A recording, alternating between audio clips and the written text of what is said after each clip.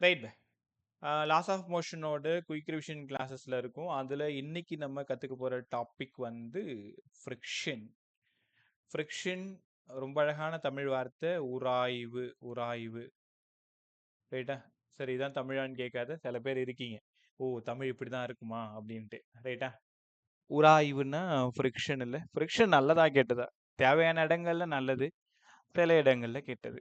Bike போயிட்டு இருக்கு, engine work ஆயிட்டு இருக்கு, லாரி கார் பஸ்லாம் போயிட்டு இருக்குன்னா அங்கே ஃப்ரிக்ஷன் நமக்கு தேவைப்படாது. அதுக்காக தான் அதில் லூப்ரிகன்ஸ் யூஸ் பண்ணி அந்த ஃப்ரிக்ஷனை நம்ம ரெடியூஸ் பண்ணுறோம். ஃபேனில் கரகரகரன்னு சவுண்ட் இருக்கு, உடனே எலக்ட்ரீஷியன் வராங்க, கொஞ்சமாக அதில் க்ரீஸோ இல்லைனா கோகனட் ஆயிலோ டிப் பண்ணுறாங்க, சரியாக போயிடுது. பட் நம்ம நடக்கும் பொழுது ஃப்ரிக்ஷன் இருந்தால் தான் நடக்க முடியும். ஃப்ரிக்ஷனே எனக்கு வேணான்னா நீ ஒவ்வொரு அடியும் வழுக்கி வழுக்கி தான் கீழே விழுந்துன்னு இருப்ப. ரோட்ல வண்டி போகும் பொழுது டயருக்கும் ரோடுக்குமான ஃப்ரிக்ஷன் இருந்தாதான் வண்டி போகும். இல்லைன்னா எங்கேயாவது வழுக்கி வேற இடத்துல போயிட்டு முட்டி மோதிரும். ரைட்டா? ஸோ ஃப்ரிக்ஷன் சில இடங்கள்ல நமக்கு ரொம்ப தேவை, சில இடங்கள்ல நமக்கு தேவையில்லை. அது அந்தந்த இடத்தை பொறுத்தது. Friction to oppose the motion. இது ரைட்டா சார்? பார்த்தா ஏதோ ரைட் மாதிரி இருக்கு. Friction to oppose the motion கண்டிப்பா தப்பு. அப்போஸ் த மோஷன்னா ஒரு லாரி வந்துகிட்டு இருக்கு வேகமா, நீ ஆப்போசிட்ல போய் நின்று லாரியை தடுத்து நிறுத்துற, இதுதான் வந்து அப்போஸ். அப்போ friction to oppose the motion ரைட்டா தப்பா? கண்டிப்பா தப்பு. அப்போ ஃப்ரிக்ஷன்னா என்னதாங்க சார்? ஃப்ரிக்ஷன்னா சரியான வார்த்தை to oppose the relative motion between body and the surface. Body and surface, இதுதான் ரொம்ப சரியான வார்த்தை. Friction to oppose the motion ரைட்டா தப்பாடா? தப்பு. Friction to oppose the relative motion between body and the surface. இப்போ ஒரு பாடி இங்க இருக்கு, அது ஒரு சர்ஃபேஸ்ல இருக்குன்னு வச்சுக்கோங்களேன். பாடி இந்த பக்கமா போகும் பொழுது இந்த பாடிக்கும் இந்த சர்ஃபேஸுக்குமான ஒரு ரிலேட்டிவ் மோஷன், இந்த ரிலேட்டிவ் மோஷனை தான் அப்போஸ் பண்ணும். அப்போ ஃப்ரிக்ஷனோட டைரக்ஷன் இந்த பக்கம் இருக்கும். பாடி எந்த பக்கம் நகருதோ அதுக்கு அகைன்ஸ்டா இங்க ஃப்ரிக்ஷன் இருக்கும். So friction to oppose the மோஷன்னு சொன்னா தப்பு. Friction to oppose the relative motion between body and the surface. பாடிக்கும் சர்ஃபேஸுக்குமான மோஷன் அப்போஸ் பண்றது தான் ஃப்ரிக்ஷன். இதுதான் சரியான வார்த்தை. ரைட்டா? ஒரு ஃப்ரிக்ஷனை எப்படி சார் கண்டுபிடிக்கிறது? கேர்ஃபுல்லாக கவனிங்க. ஒரு சின்ன ஃபார்முலா, ஒரே ஒரு ஃபார்முலா புரிஞ்சிருச்சுன்னா ஃப்ரிக்ஷனை ஒன்றும் இல்லாத பண்ணிடலாம். இப்போ இது ஒரு மாஸ் எம் மாஸ் இருக்கக்கூடிய ஒரு பாடி, வெயிட் ஆஃப் த பாடி காலங்காலமா downward MG. Normal force acts upward. ஒரு பாடி இந்த பக்கம் நகருது, முக்கியமா இது ஃப்ரிக்ஷன் கொஷினா நீங்க கண்டுபிடிக்கிறதுக்கான clue. when a body is placed at a rough surface, rough சர்ஃபேஸ்ல வச்சிருக்காங்கன்னா அது ஃப்ரிக்ஷன் கொஷினு, ஸ்மூத்ல வச்சிருக்காங்க அப்படின்னா லாஸ் ஆஃப் மோஷன் கொஷினு. இப்படிதான் கத்துக்கணும். ரஃப்னாலே அங்க ஃப்ரிக்ஷன் இருக்கு.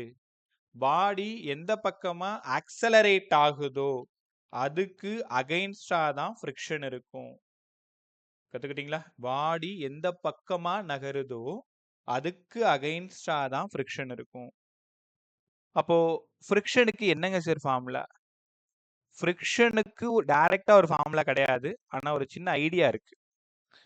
Friction is directly proportional to normal force. அவ்வளவுதான். ஒட்டுமொத்த ஃப்ரிக்ஷன் டாபிக்கே முடிஞ்சிருச்சு. இந்த கிளாஸ் முடிகிற வரைக்கும் இந்த 1.5 மணி நேரமும் இதை பத்தி தான் பேச போறோம். இதை சுத்தி தான் நம்ம நகர போறோம். Friction is directly proportional to normal force. எப்படி சார் இது? இது இங்க இருக்கு, நார்மல் ஃபோர்ஸ் மேல இருக்கு, அது எப்படி டைரக்ட்லி ப்ரொபோர்ஷனல் ஆகும்? இப்ப வெயிட் ஆஃப் த பாடி அதிகமா இருந்ததுன்னா நார்மல் ஃபோர்ஸ் அதிகமா இருக்கும். அப்ப நார்மல் ஃபோர்ஸ் அதிகமா இருந்ததுன்னா இந்த அப்ளைட் ஃபோர்ஸ் கம்மியா இருந்துச்சுன்னா மோஷன் வந்து ரொம்ப வேகமா இருக்காது. அப்ப இந்த ஃப்ரிக்ஷன் ஃபோர்ஸ் அதிகமாகுது, அதனால இந்த அப்ளைட் ஃபோர்ஸை இன்னும் அதிகமா கொடுத்து நம்ம பாடியை நகர்த்த வேண்டியதா இருக்கு. நார்மல் ஃபோர்ஸ் அதிகமா இருந்ததுன்னா ஃப்ரிக்ஷன் ஃபோர்ஸும் அதிகமா இருக்கும். அப்ப நார்மல் ஃபோர்ஸ் அதிகமா இருக்கணும்னா வெயிட் ஆஃப் த பாடி அதிகமா இருக்கணும். ரைட்டா? அப்ப அந்த மாதிரி பாடிக்குலாம் ஃப்ரிக்ஷன் ரொம்ப ஜாஸ்தியா இருக்கும். ரைட்? கத்துக்கிட்டீங்களா? யாராவது சொல்லுங்க இப்ப. இந்த டயகிராம்ல என்னோட வேல்யூ எவ்வளோ? சும்மா ட்ரை பண்ணு. இந்த டயகிராம்ல என்னோட வேல்யூ எவ்வளோ? வாயத்தர.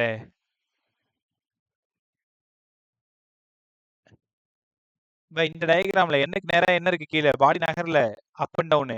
அப்ப என்ன ஈக்குவல் டு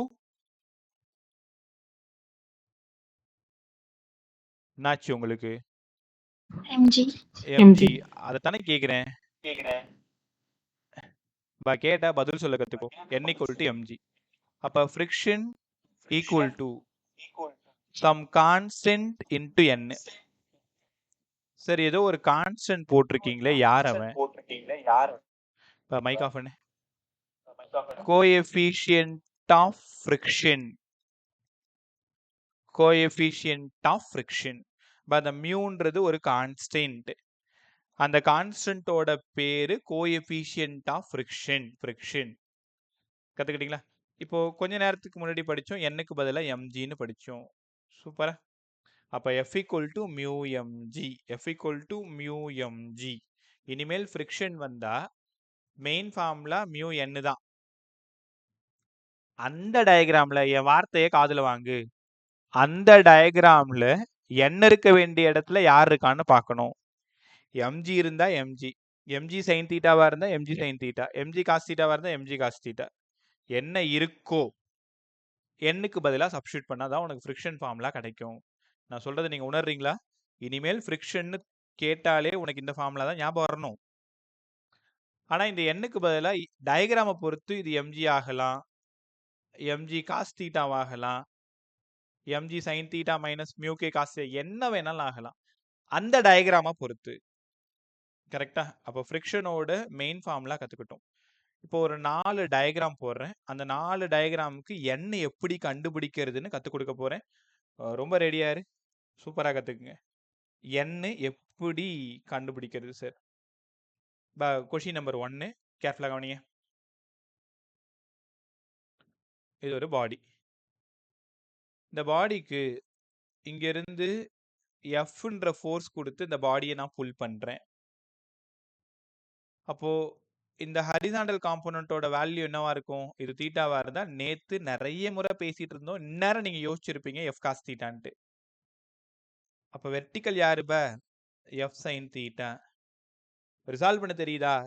ரிசால்வ் பண்ண தெரியலனா இந்த ஃப்ரிக்ஷனும் லாஸ் ஆஃப் மோஷன் படிக்காது. ஏன்னா அதுக்கப்புறம் உன்னால சம்மையே போட முடியாது. ரிசால்வ் பண்ண கத்துக்கோ. தீட்டா எங்க இருக்கோ அங்க காஸ், தீட்டா இல்லாத இடம் sine. Sir, weight of the body always acts downwards. Normal force எப்பவும் போல அப்வர்ட். இந்த டயகிராமுக்கு ஃப்ரிக்ஷன் ஃபார்முலா வேணும். யாராவது சொல்ல முடியுமா? உனக்கு 30 செகண்ட் டைம் தரேன். இந்த டயகிராமுக்கு ஃப்ரிக்ஷன் ஃபார்முலா வேணும். ட்ரை பண்ணு. தப்போ ரைட் பேசு. புரியல. சத்தமா பேசுப்ப. F sine theta plus is equal to mc sir. Plus n equal to mgயா? அப்ப n மட்டும் வேணும்னா mg minus n f sin theta. Right, ரொம்ப நல்லா சொன்ன. பை எல்லாரும் கொஞ்சம் லவுடா mg பேசுங்க. minus n. Right by mg minus f sin theta. mg minus f sin theta. இப்ப இந்த டயகிராமுக்கு ஃப்ரிக்ஷனுக்கு என்ன சார் ஃபார்முலா? வழக்கம் போல மியூ n தான். n இருக்க வேண்டிய இடத்துல யார் இருக்கா? mg minus f sin theta. f sin theta. ரைட்டா? ஆக்சுவலா நான் இந்த பாடியை பிடிச்சி இழுக்கிறேன், அதனால இதுக்கு பேரு புல்லிங். புல்லிங் கரெக்டா? எல்லாருக்கும் ஃப்ரீ பாடி டயக்ராம் போட தெரியுதா? mg வழக்கம் போல கீழே, n மேல, f கரெக்டா இந்த டயகனல்ல இருக்கிறதுனால தீட்டா இருக்க வேண்டிய இடம் காசு, இல்லாத இடம் சைனு. மேல 2 ஃபோர்ஸ் இருக்கு, n-ம் f sin தீட்டாவும். அதனால ஆட் பண்ணிக்கிட்டேன். Equal to mg downward force. In vertical direction there is no acceleration. அதனால ஆக்சலரேஷன் 0. இன் வெர்டிகல் டைரக்ஷன்ல மட்டும் f sin theta plus n equal to mg. அப்போ n equal to mg minus F sine theta. So friction வேணும்னா mu என்ன. Pulling பாருங்க, புல்லிங்கில் நடுவில் minus, புல்லிங்கில் நடுவில் minus. கேர்ஃபுல்லாக இருக்கியா? அடுத்தது புஷ்ஷிங் சொல்லி கொடுங்க சார். ஒரு பாடி எப்படிங்க தள்ள போறீங்க, தள்ள போறீங்க அப்படின்னா அது புஷ்ஷிங். கவனமாக கவனிங்க. ஒரு ஒரு பாடி ஆஃப் மாஸ் வழக்கம் போல் எம். நான் என்ன பண்ண போறேன்னா இந்த பாடியை எஃப்ன்ற ஃபோர்ஸ் கொடுத்து புஷ் பண்ண போகிறேன். இந்த பக்கமாக எஃப்ன்ற ஃபோர்ஸ் கொடுத்து புஷ் பண்ண போகிறேன். ஸோ உங்களோட புரிதலுக்காக நான் இது வரைக்கும் அதை கொண்டு வரேன்.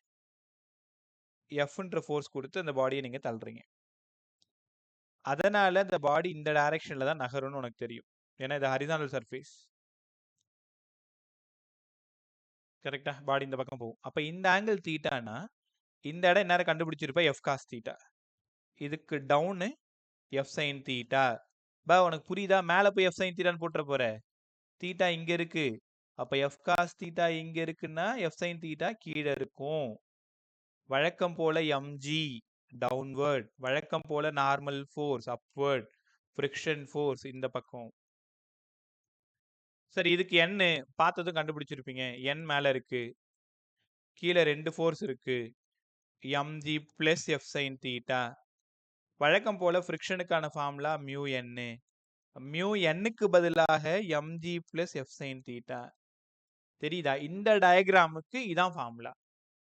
ஃப்ரிக்ஷனை பொறுத்த வரைக்கும் ஃபார்முலாவை மனப்பாடமே பண்ண முடியாது. இதுக்கு இதான் ஃபார்முலாலாம் உங்களால் கரெக்டாக சொல்ல முடியாது. அந்த டயக்ராமில் என்னோட வேல்யூ எவ்வளவோ அதை பொறுத்து ஃபார்முலா மாறிட்டே இருக்கும். இது வரைக்கும் உனக்கு 3 ஃபார்முலா சொல்லி கொடுத்தேன். ஒன்று எம்ஜின்னு ஒரு formula, F equal to mu MG. இன்னொன்று mu MG minus F sine theta, மேலே புல்லிங்கில் சொல்லி கொடுத்தேன், புஷ்ஷிங்கில் ப்ளஸ் சைன் தீட்டா. இப்போ நான் என்ன பண்ணுறேன்னா ரெண்டுத்தையும் சேர்த்து ஒரு கொஷின் கேட்குறேன், பதில் சொல்ல ட்ரை பண்ணு. இந்த இடம் புல்லிங், புல்லிங்கோட friction formula mu mg minus f sin theta.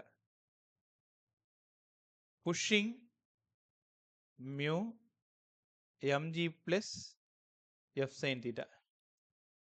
சொல்லுங்க பே, எது ஈஸி? ஒரு பாடி நகர்றதுக்கு நம்ம புல் பண்றது ஈஸியா, புஷ் பண்றது ஈஸியா? Pulling, sir. புரியல பே, Pulling. சத்தமா பேசுங்க Pulling. பே. நீ பேசுறது எதுவுமே எனக்கு கேட்க மாட்டேங்குது. 100% தான் சவுண்டும் வச்சிருக்கேன். கொஞ்சம் கிளியரா பேசுங்க Sir, கேக்குதா sir? இப்போ கேக்குது. Sir, pulling. Pulling is Easy, sir. easier than Pushing. pushing. பா உங்களால உணர முடியுதா? Pulling is easier than pushing. ஏன்னா புஷ்ஷிங் அப்ப ஃப்ரிக்ஷன் ஜாஸ்தி இருக்கு. பாருங்க, புஷ்ஷிங்கோட ஃப்ரிக்ஷன் அதிகமாக இருக்கு, புல்லிங்கோடது மைனஸ் கம்மியா இருக்கு. அப்ப எங்க ஃப்ரிக்ஷன் கம்மியா இருக்கோ அங்கதான் மோஷன் நல்லா இருக்கும். Pulling is easier than pushing. நல்லா கத்துக்கிட்டீங்களா? கரெக்டா 10 செகண்ட் நான் வந்துடுறேன், ரெடியாரு.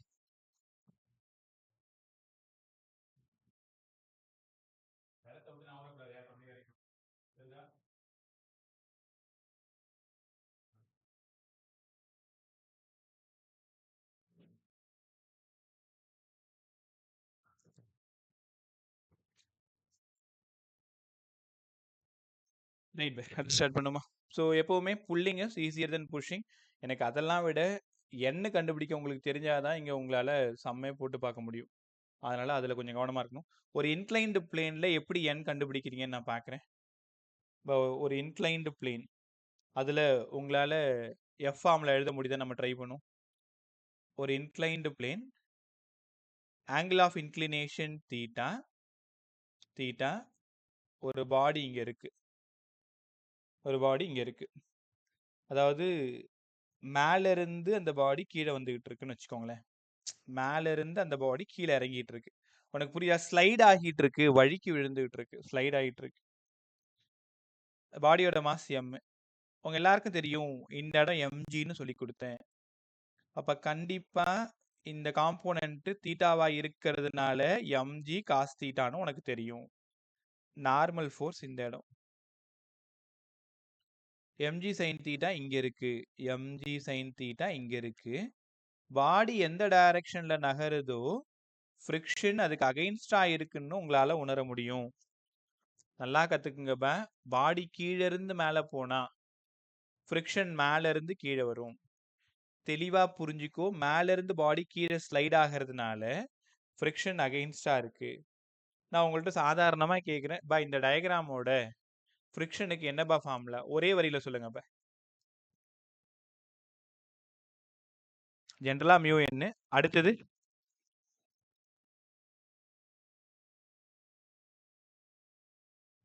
mg cos theta. அவ்வளவுதான்பா. சூப்பரா கத்துக்கிட்டீங்க. mg cos theta. mg cos theta. f equal to mu mg cos theta.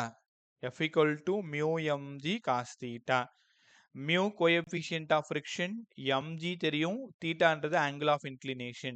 ஏன்னா இந்த டயக்ராம் பொறுத்த வரைக்கும் n இருக்க வேண்டிய இடத்துல டைரக்டா யார் இருக்கா? mg cos theta இருக்கு. நீ ஃப்ரிக்ஷன் சம்ம நல்லா சால்வ் பண்ணணும்னா உனக்கு n கண்டுபிடிக்கிற அந்த திறமை இருந்தா போதும். ஃப்ரிக்ஷன் எந்த சம்மா இருந்தாலும் நம்ம சால்வ் பண்ணிடலாம். இப்போ கிட்டத்தட்ட நம்ம 4 ஃப்ரிக்ஷன் ஃபார்முலா பார்த்துருக்கோம். சும்மா அப்படியே நீங்களே மேலே பாருங்களேன். ஒரு பாடி அப்படியே ஹரிசான்டலா மூவ் ஆகுது, மியூ எம்ஜி, அவ்வளோதான். என்னுக்கு பதிலா எம்ஜி. ஃபார் புல்லிங் என்னுக்கு பதிலா MG minus F sine theta. Pushing என்னுக்கு பதிலா MG plus F sine theta. Inclination upward, inclination upward, f equal to mu mg cos theta.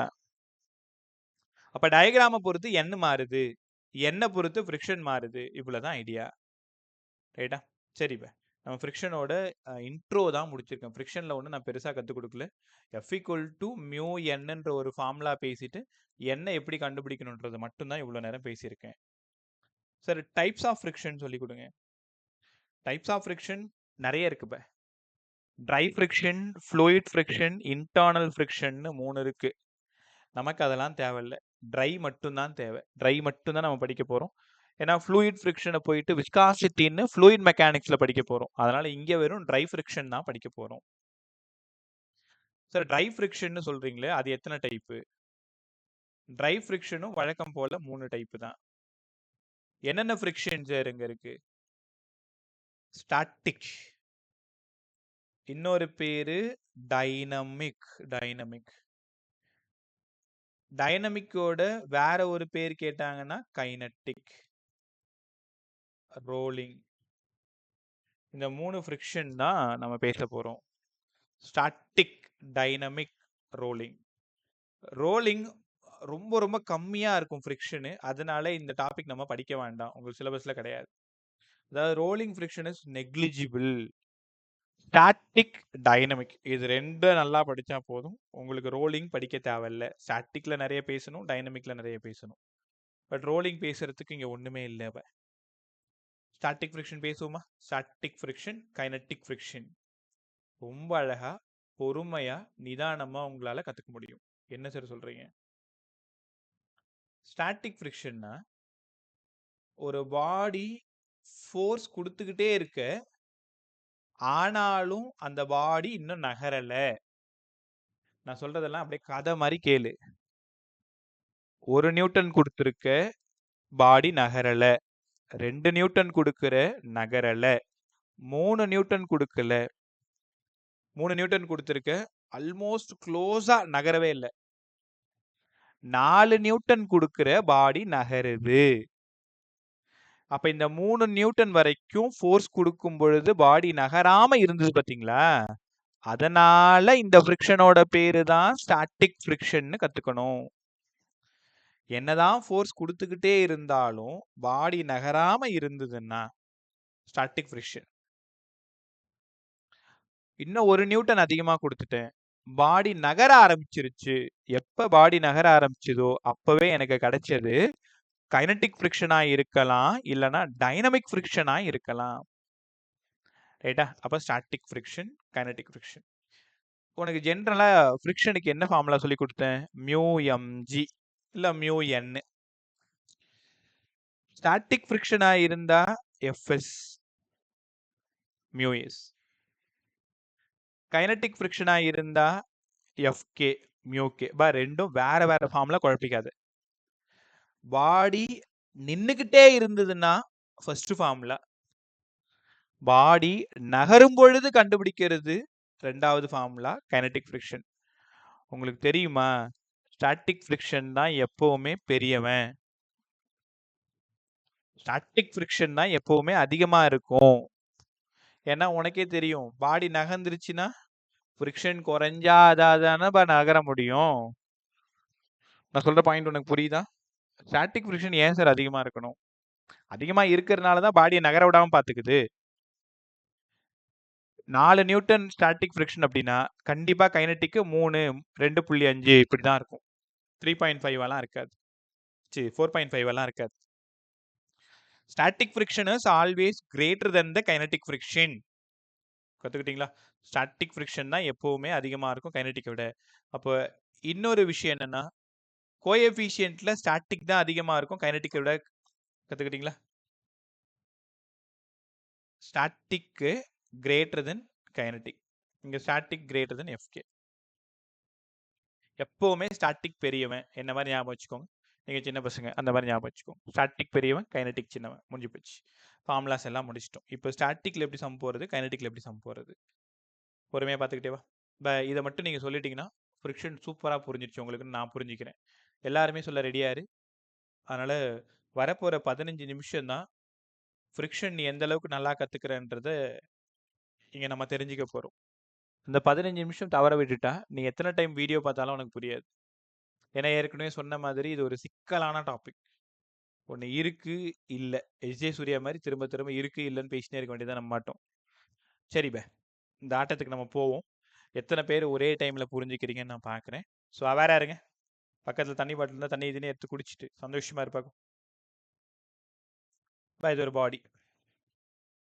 இந்த பாடி இப்போ 3 kg இருக்கு. 5 சம் போட்டு காட்டுறேன். 5வது சம் வரும்பொழுது எனக்கு சொல்லுங்க. புரிஞ்சுதுன்னா புரிஞ்சுது, புரியலைன்னா புரியல. திருப்பி இன்னொரு 5 சம் போடுவோம். மியூவோட வேல்யூ எப்பவுமே பாடிக்கும் சர்ஃபேஸுக்கும் தான் இருக்கும். இந்த மியூவோட வேல்யூ 0.2. நான் என்ன பண்றேன்னா, இங்க எஃப்ன்ற ஒரு ஃபோர்ஸ் கொடுத்துருக்கேன். எஃப்ன்ற ஒரு ஃபோர்ஸ் கொடுத்துருக்கேன். எஃபோட value 1 newton, 2 newton, 3 newton, 4 newton அப்படியே போக போகுது. அதுக்கு முன்னாடி ஃப்ரிக்ஷனோட வேல்யூ நம்ம கண்டுபிடிச்சு வச்சுக்கணும்.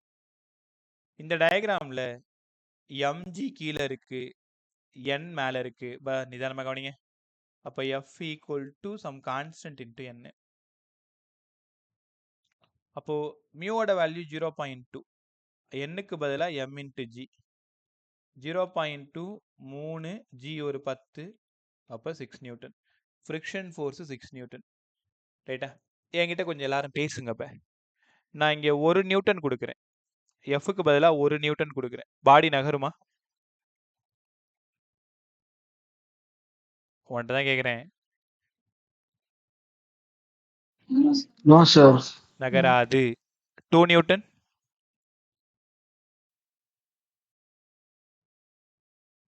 No, sir. 3 நியூட்டன்? டேய் எல்லாரும் நேத்து தான் என்கிட்ட புதுசா கிளாஸ் வந்தீங்களா? உன்னை தானே கேட்டுன்னு இருக்கேன். No, sir. No, sir. No, sir. இல்ல நோவா? நேத்து தான் புதுசா கிளாஸ் வந்தீங்கன்னா நோன்றீங்க. கரெக்ட் தான். ஏன் உங்களுக்கு தெரியாத கிளாஸ்ல எப்படி பதில் சொல்லணும்ட்டு?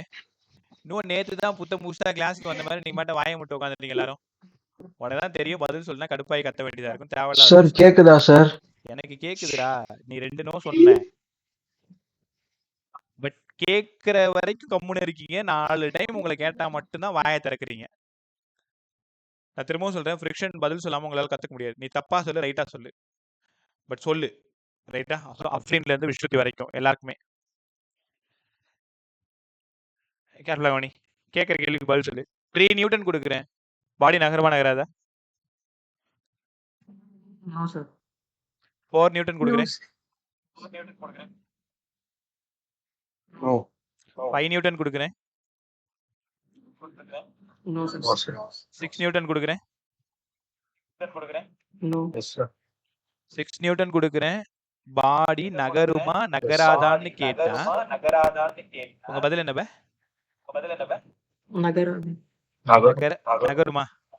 நகருமா? நகராது சார். நகராது. So doesn't move. நகராது. இப்போ 1 நியூட்டன்ல இருந்து 6 நியூட்டன் வரைக்கும் கொடுக்கும் பொழுது பாடி மூவ் ஆகாது. வேற மைக் ஆஃப் பண்ணுங்க. நான் பேசுறது எனக்கே திருப்பி கேக்குது. இந்த 6 நியூட்டன் கொடுக்கும் பொழுது பாடி, என் வார்த்தை கவனி, பாடி doesn't move but tends to move. வித்தியாசம் புரிஞ்சுக்கோங்க. பாடி நகராது, ஆனா அதுக்கு மேல நீ 0.1 நியூட்டன் கொடுத்தா கூட நகர ஆரம்பிச்சிரும். 6 வரைக்கும் பாடி நகராது, 6.1 கொடுத்தா கூட பாடி நகர ஆரம்பிச்சிரும். அதனால தான் பாடி doesn't move but tends to move. அப்ப இந்த ஃப்ரிக்ஷனை தான் மேக்ஸிமம் ஸ்டாட்டிக் ஃப்ரிக்ஷன் இல்லனா லிமிட்டிங் ஃப்ரிக்ஷன் ஸ்கூப் பண்ணும். மேக்ஸிமம் ஸ்டாட்டிக் ஃப்ரிக்ஷன் இல்லனா லிமிட்டிங் ஃப்ரிக்ஷன். கொஞ்சம் கொஞ்சமா அப்படியே உணர்ந்துகிட்டே வாங்க. அடுத்தது சார் 7 நியூட்டன் கொடுக்குறேன், என்ன பாகும்?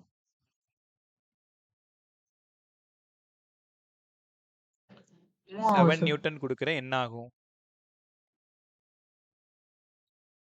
Sir, it's move ஆகும் sir. Body starts to move. Move ஆகும். அப்ப இந்த ஸ்டாட்டிக் ஃப்ரிக்ஷன் வேற ஒரு ஃப்ரிக்ஷனா மாறுது. என்ன ஃப்ரிக்ஷனு? Kinetic friction. கைனடிக் ஃப்ரிக்ஷனா மாறிடுச்சு. அப்போ மேக்ஸிமம் ஸ்டாட்டிக் ஃப்ரிக்ஷன் 6 நியூட்டனு, அதுக்கப்புறம் வர்றது எல்லாமே கைனடிக் ஃப்ரிக்ஷனு. ரைட்டா? ஸோ இப்படி தான் பொறுமையாக அனலைஸ் பண்ணிட்டே வரணும். அப்புறம் நான் என்ன கொஷினுக்கே போகல, மறுபடியும் இதே கொஷின் ஆன்சர் சொல்ல ட்ரை பண்ணுங்க. இப்போ ஒரு 10-15 நிமிஷம் தான். ஃப்ரிக்ஷன் ஒரு உலகம், ஒரு பிரமாதமான உலகம். நீ உள்ள போயிட்ட அப்படின்னா உனக்கு சம் போட போட போட ஆசையா இருக்கும். நீ பாருங்களேன். Sir, சொல்ல sir, friction 6 meter and static friction, sir. 6 வரைக்கும் ஸ்டாட்டிக் தான். Kinetic வந்து 7, sir. 7 கொடுக்கும் பொழுது இந்த ஃப்ரிக்ஷனோட வேல்யூ குறைஞ்சிரும். 6 நியூட்டனுக்கு பதிலா கீழே வந்துடும், 4.5 நியூட்டன் அந்த மாதிரி வந்துடும். அப்ப இது FK ஆயிடும், இது FS ஆ இருக்கும். இப்போ இந்த கொஸ்டின்ல உன்கிட்ட கேட்கிறேன், மேக்ஸிமம் ஸ்டாட்டிக் ஃப்ரிக்ஷன் எவ்வளவு பண்ணா? 6 நியூட்டனு. Sir, கரெக்டா? static friction is greater than this, sir. ஆமா, எப்பயுமே 6 நியூட்டன் கிரேட்டர் தான், அதுதான் அதிகமா இருக்கும். Right. The 7 Newton was more. 6 Newton was. ஆனா பேசுறது அரைகுறையா கேக்குதுடா, டேய் ஷார்ப்பா கேட்க மாட்டேங்குது. இப்போ ஏன் சவுண்ட் உங்களுக்கு கிளியரா இருக்குல்ல? Yes, sir. Right. Okay, sir. சரி பா, ஸ்டார்ட் பண்ணுவோம். சம் போடுங்க. 3 kg. ஏதாவது நல்ல ஹெட்செட்டா ரெஃபர் பண்ணு, அது எம்மா காசா இருந்தாலும் வாங்கிடலாம். இந்த இந்த இதுதான் பெரிய போராட்டமா இருக்கு எல்லா நாளுமே. நீங்க என்ன சொல்றீங்கன்னு தெரியுது, ஆனா நான் அதை கொஞ்சம் அரைகுறையா கேட்டுட்டு தான் இதான் சொல்லியிருப்பீங்களோன்னு நான் பதில் பேசிட்டு இருக்கேன். எனக்கு 100% சரியா நீங்க பேசுறது விழ மாட்டேங்குது. அது என்ன பிரச்சனைன்னு எனக்கு தெரியல. எல்லாத்தையும் ஒரே நிமிஷம் பா. இந்த யூடியூபர்ஸ்லாம் ஒரு மைக் மாதிரி டிரான்ஸ்மிட்டர் மாதிரி வச்சிருப்பாங்க. அது என்னன்னு யார்ட்டு கேட்டால் சொல்ல மாட்டாங்கப்பா. உங்களுக்கு ஏதாவது தெரிஞ்சுன்னா நைட்டு அப்புறமா என்கிட்ட சொல்லுங்க, தேடி பாருங்க. இந்த எஃபோட வேல்யூ வந்து, சரி மியூவோட வேல்யூ வந்து 0.2. இங்க நான் 4 நியூட்டன் கொடுக்குறேன். ஃபைண்ட் த ஃப்ரிக்ஷன் வேல்யூன்னு கேட்குறேன். இந்த கொஸ்டினுக்கு யாராவது பதில் சொல்ல முடியுமா? இப்போ நான் என்ன பண்றேன்னா, வழக்கம் போல எஃப்க்கு பதிலா மியூ என்னன்னு எழுதுறேன், மியூ என்னுக்கு பதிலா எம்ஜின்னு எழுதுறேன். 0.2, 3, 10, 6 newton. Option 4 newton, 6 newton, 7 newton, 5 newton. பா எனக்கு ஆன்சர் 6 நியூட்டன் வந்திருக்கு. ஆப்ஷன் பா 6ஆ 7 Newton. 7ஆ? ஃபைண்ட் த ஸ்டாட்டிக் ஃப்ரிக்ஷன் கேட்டிருக்கேன். புரியலமா? 6 Newton. 6 நியூட்டன். வேற Static 6 Newton, sir. Kinetic 7. இல்ல, ஸ்டாட்டிக்னா 6 நியூட்டன், கைனடிக்னா 7ன்னு சொல்றீங்க. இல்ல, நீங்க இன்னும் சரியா புரிஞ்சுக்கல. Sir, other than 7. அதர் தென் 7. Sir, நீங்க பேசுறது திருப்பி ரெண்டு Sir, echo ஆயிட்டு இருக்கு sir. Question புரியல. எனக்கும் சார்.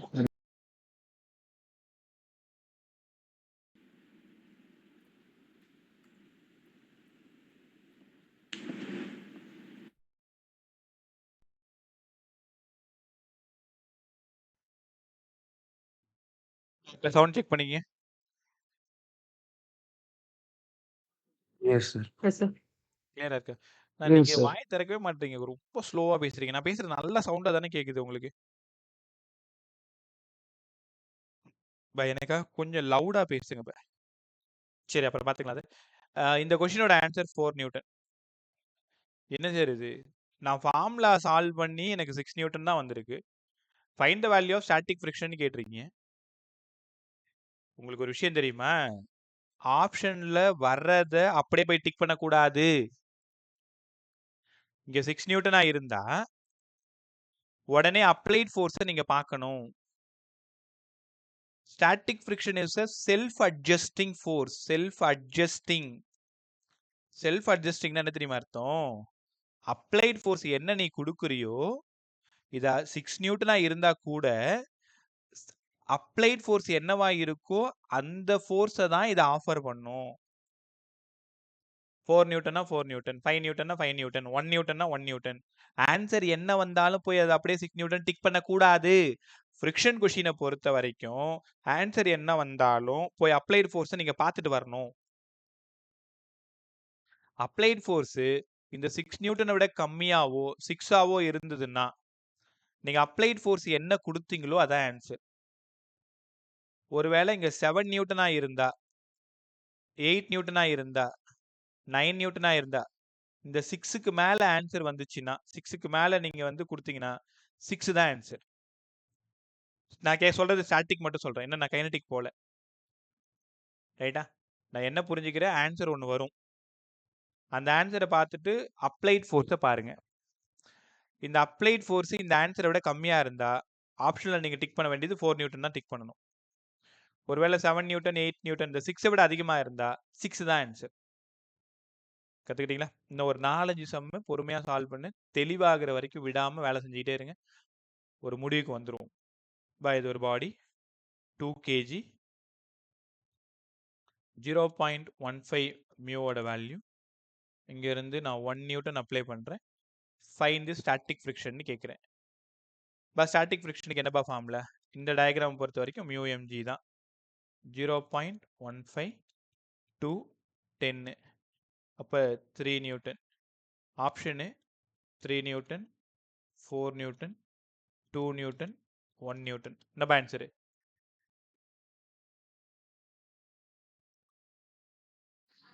One Newton. ஏன் 1 நியூட்டன்?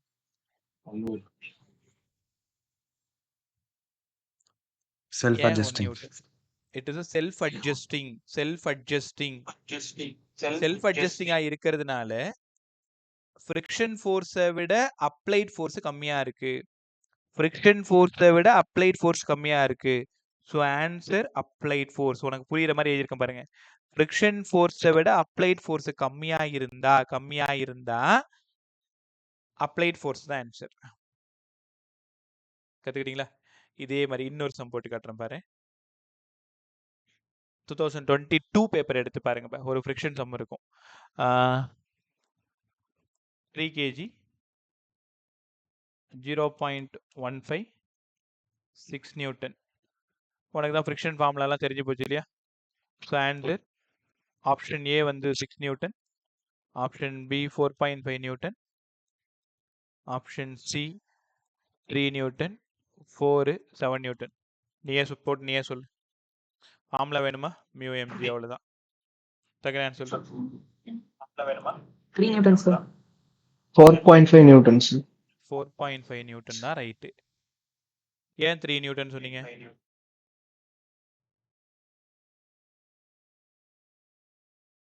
4.5 நியூட்டன் தான் சரி. ரைட்டா? ஏன்பா 4.5?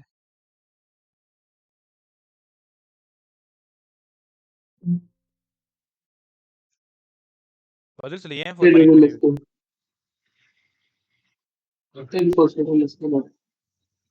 சத்தமா இப்ப இந்த அளவுக்கு பேசினா நல்லா கேக்குதுடா டேய். ஆனா நீங்க யாரும் கஷ்டப்படக்கூடாதுன்னு நினைக்கிறேன். கொஞ்சம் கூட சத்தமா பேச மாட்டீங்க. இப்ப பேசுறது நல்லாவே கேக்குது. அப்ளைட் ஃபோர்ஸை விட ஃப்ரிக்ஷன் ஃபோர்ஸ் அதிகமா இருக்கு இந்த கேஸ்ல. உங்களால உணர முடியுதா? அதாவது முதல்ல எஃப் கண்டுபிடிச்சிருங்க. எஃபோட வேல்யூ 0.15 3 10 அப்போ 4.5 நியூட்டன். உடனே போய் அப்ளைட் ஃபோர்ஸை பார்க்குற. அப்ளைட் ஃபோர்ஸு கிரேட்டராக இருக்குது ஃப்ரிக்ஷனை விட. அப்போ ஸ்டாட்டிக் ஃப்ரிக்ஷனோட ஆன்சர் உனக்கு என்ன வந்ததோ அதான் ஆன்சர் 4.5 நியூட்டன். அப்ளைட் ஃபோர்ஸ் அதிகமாக இருந்தால் ஃபார்முலாவில் உங்களுக்கு என்ன வருதோ அதான் ஆன்சர். அப்ளைட் ஃபோர்ஸ் கம்மியாக இருந்தா அப்ளைட் ஃபோர்ஸ் தான் ஆன்சர். ரைட்டா? ஸோ இன்னும் உனக்கு தெளிவு கிடைக்கிறதுக்கு இன்னொரு சம் போட்டு காட்டுறேன்.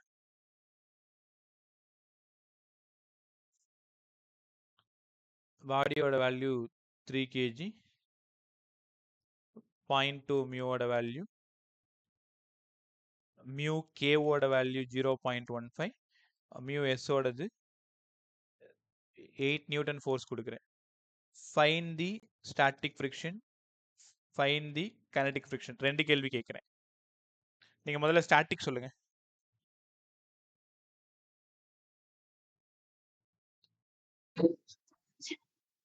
சத்தமா.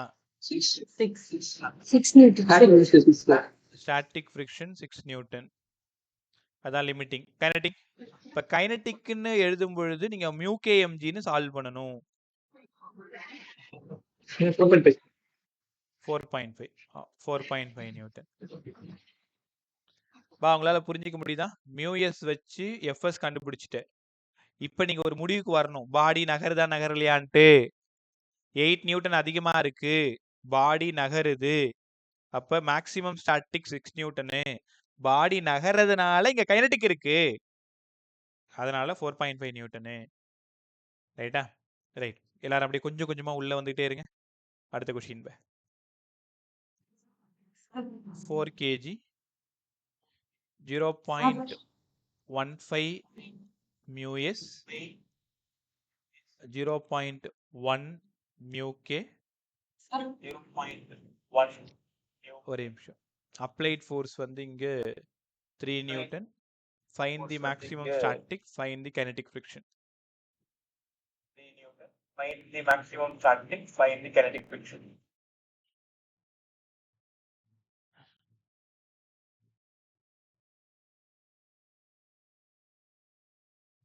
பதில் சொல்லுங்க. சத்தமா பேசுங்கடா. Static friction 6. 6ஆ?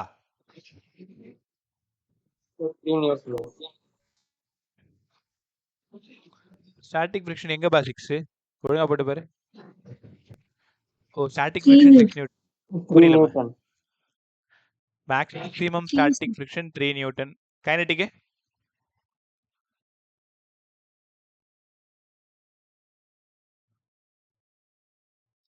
கைனடிக் எவ்வளோ? 4 newton sir. 4 newton sir. Kinetic friction 0. ஏன் 0? பாடி மூவ் ஆகல சார். அதை ஏன் சொல்ல மாட்டீங்க? உங்களுக்கு சால்வ் பண்ணும்பொழுது 4 நியூட்டன் ஆன்சர் வருது, ஆப்ஷன்லயும் இருக்கும். புட்சாலித்தனமா புரிஞ்சுக்கங்க. பாடி நகர்ந்தா மட்டும்தான். யார் மைக் ஆன் பண்ணி வச்சிருக்க? மோனிஷ் மைக் ஆஃப் பண்ணுங்க பா. அது என்ன ஆகுதுன்னா திரும்ப ரிப்ளை ஆகுது. எல்லாருக்குமே அது அப்படிதான் இருக்கும். கேட்கும்போது ஆன் பண்ணி சொல்லுங்க. கவனிங்க. பாடி நகர்ந்தா மட்டும்தான் கைனடிக் ஃப்ரிக்ஷன் இருக்கும். பாடி நகரல அப்படின்னாலே கைனடிக் ஃப்ரிக்ஷன் 0. இப்போ இந்த கொஸ்டினுக்கு f s equal to mu s m g sir. Mu s 0.15, m g 6 newton. உடனே என்ன பண்றீங்கன்னா அப்ளைட பாக்குறீங்க. Friction force greater than the applied force. அப்ப ஆன்சர் அப்ளைட் ஃபோர்ஸ் தான் ஆன்சர். இந்த ஃப்ரிக்ஷன் ஃபோர்ஸ் வந்து மேக்ஸிமம் ஸ்டாட்டிக் வந்து 3 நியூட்டன் தான். பாடி டசன்ட் மூவ், நகரலன்னு முடிவு பண்ண பிறகு உனக்கே புரிஞ்சிருக்கணும் இங்க கைனடிக் ஃப்ரிக்ஷன் கிடையாது. பாடி நகர்ந்தா மட்டும்தான் கைனடிக் ஃப்ரிக்ஷனு. இப்போ நம்மள்ட்ட டேட்டா இருக்கு, சால்வ் பண்றதுக்கு டேட்டா இருக்கு. 0.1 இருக்கு, 4 இருக்கு, 10 இருக்கு, 4 நியூட்டன் ஆப்ஷன் எல்லாம் வரும். அப்ளைடே 3 தானே. ஆனா இங்க ஸ்டாட்டிக் பாத்தீங்கன்னா 6. உனக்கு வந்த ஆன்சர் 6. அப்ப பாடியை நகர விடாது. இந்த ஃப்ரிக்ஷன் ஃபோர்ஸ் அப்ளைட் ஃபோர்ஸ் கம்மியா இருக்கிறதுனால இந்த பாடியை நகர விடாது. அப்ப ஸ்டாட்டிக் ஃப்ரிக்ஷன் அப்ளைட் ஃபோர்ஸ் தான் ஸ்டாட்டிக் ஃப்ரிக்ஷனோட ஆன்சர். நகரல அதனால கைனடிக்கு 0. ரைட்டா? சரி இப்போ ஓரளவு எல்லாரும் க்ளோஸாக வந்துட்டீங்க. இன்னும் ஒரு கொஷின் சால்வ் பண்ணிட்டு நம்ம அடுத்த டாபிக் போகலாம்.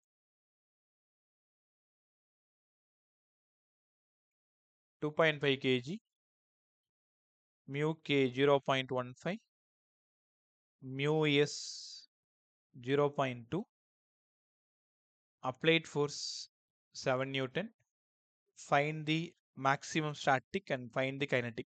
டக்குன்னு சொல்லணும்.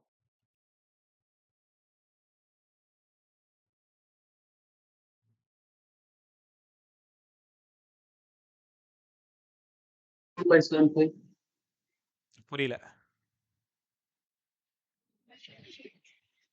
Static. 3.15. யாரு பா ஸ்டாட்டிக்கா கைனடிக்கா? Sir, 5 Newton static. Static 5 Newton.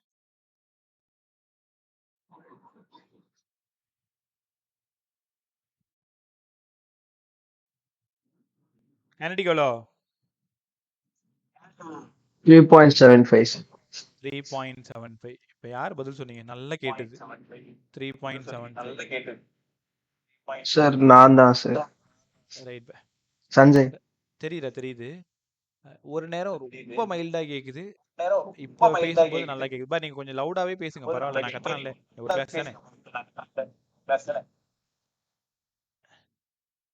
Monish பா இன்னைக்கு மோனிஷ் மைக் ஆஃப் பண்ணியே இருக்கட்டும் பா. கேட்கும் போது ஆன் பண்ணுங்க.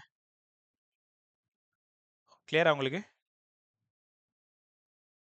மோனிஷ் கேக்குதா? S sir. ரைட் பா. கேட்கும்போது மைக் ஆன் பண்ணி பதில் சொன்னா போதும். எல்லா நேரமும் ஆன்ல இருக்கும்போது ஓகே சார். ரைட் பா. அடுத்தது கத்துக்கலாமா? சரி பா, இந்த சம் ஓரளவு சால்வ் பண்ண ஆரம்பிச்சிட்டீங்க. கொஷினை ரீட் பண்றீங்க. ஸ்டாட்டிக் ஃப்ரிக்ஷன் கண்டுபிடிக்கிறீங்க. அப்ளைட் ஃபோர்ஸ் பார்க்குறீங்க. அப்ளைட் ஃபோர்ஸ் அதிகமாக இருந்ததுன்னா பாடி நகரும். அப்ளைட் ஃபோர்ஸ் கம்மியாக இருந்ததுன்னா அப்ளைட் ஃபோர்ஸ் என்ன நீ கொடுத்தியோ அதான் ஆன்சர்.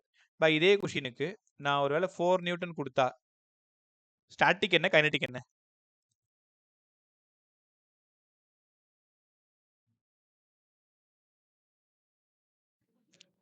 இதே கொஷினுக்கு 4 நியூட்டன் கொடுத்தா ஸ்டாட்டிக் எவ்வளோ, கைனடிக் எவ்வளோ?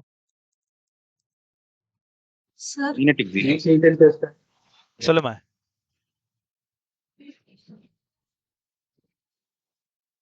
போன क्वेश्चन கைனடிக் வந்து 7 இல்லையா சார்? ஏன் கைனடிக் 7 போகணும்? அப்ளைட் ஃபோர்ஸ் தாமா 7. அதாவது நீ 7 நியூட்டன் கொடுத்ததுக்கு அப்புறம் பாடி நகருது. நகரத்துக்கு அப்புறம் நீங்க எஃப்கே கண்டுபிடிக்கணும்னு சொல்றேன். 7 வந்து கைனடிக் கிடையாது. பாடி நகருதா இல்லையான்னு முடிவு பண்ணிட்டு தான் போய் நீ கைனடிக் கண்டுபிடிக்கணும்னு சொல்றேன். 7 நியூட்டன்றது கைனடிக் ஃப்ரிக்ஷன் கிடையாது பா. அது அப்ளைட் ஃபோர்ஸ். 7 நியூட்டன் கொடுத்தா பாடி நகரும். அப்ப ஆஃபர் ஆகிற ஃப்ரிக்ஷன் கைனடிக் ஃப்ரிக்ஷன். புரிஞ்சுச்சா? Okay sir. இப்போ இந்த கொஷினோட ஆன்சர் 4 நியூட்டன், கைனடிக் 0. ஏன்னா அப்ளைட் 4, இங்கே 5 வந்திருக்கு. அப்ளைட் கம்மியாக இருக்கிறதுனால அதான் ஆன்சரு. Self adjusting. பாடி நகரில் kinetic 0. கற்றுக்கிட்டீங்களா?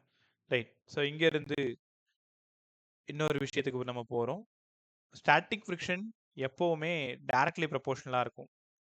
But kinetic friction always கான்ஸ்டண்ட்டாக இருக்கும். இங்கே பாரு, ஒரு கொஷின் 3 kg, மியூ எஸ் ஓடது 0.2, மியூ கே ஓடது 0.15. இந்த கொஷினுக்கு ஆன்சர் போடுவோமா?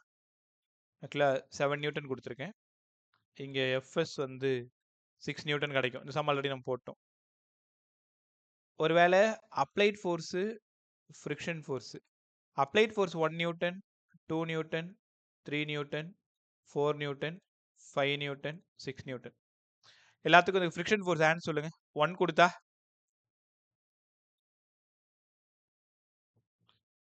அப்ளைட் ஃபோர்ஸ் 1 கொடுத்தா ஃப்ரிக்ஷன் ஃபோர்ஸ் எவ்வளோ?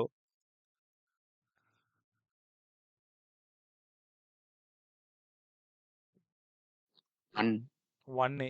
இதுக்கு ஏன் இவ்வளோ யோசிக்கிறீங்க? அடுத்தது 2 கொடுத்தா, 3 கொடுத்தா, 4 கொடுத்தா, 5 கொடுத்தா, 6 கொடுத்தா. அப்போ இந்த இடம் தான் மேக்ஸிமம் ஸ்டாட்டிக், அதாவது லிமிட்டிங்னு சொல்லணும். ஒருவேளை 7 கொடுத்தா பாடி நகர ஆரம்பிச்சிருச்சு. நகர்ந்ததுன்னா இது 4.5 நியூட்டன் ஆயிடும். இது FK. 8 நியூட்டன் கொடுத்தா 4.5. 9 நியூட்டன் கொடுத்தா 4.5. 10 நியூட்டன் கொடுத்தா 4.9. சரி, எங்களுக்கு என்ன சொல்ல வரீங்கன்னு புரிஞ்சிருச்சு.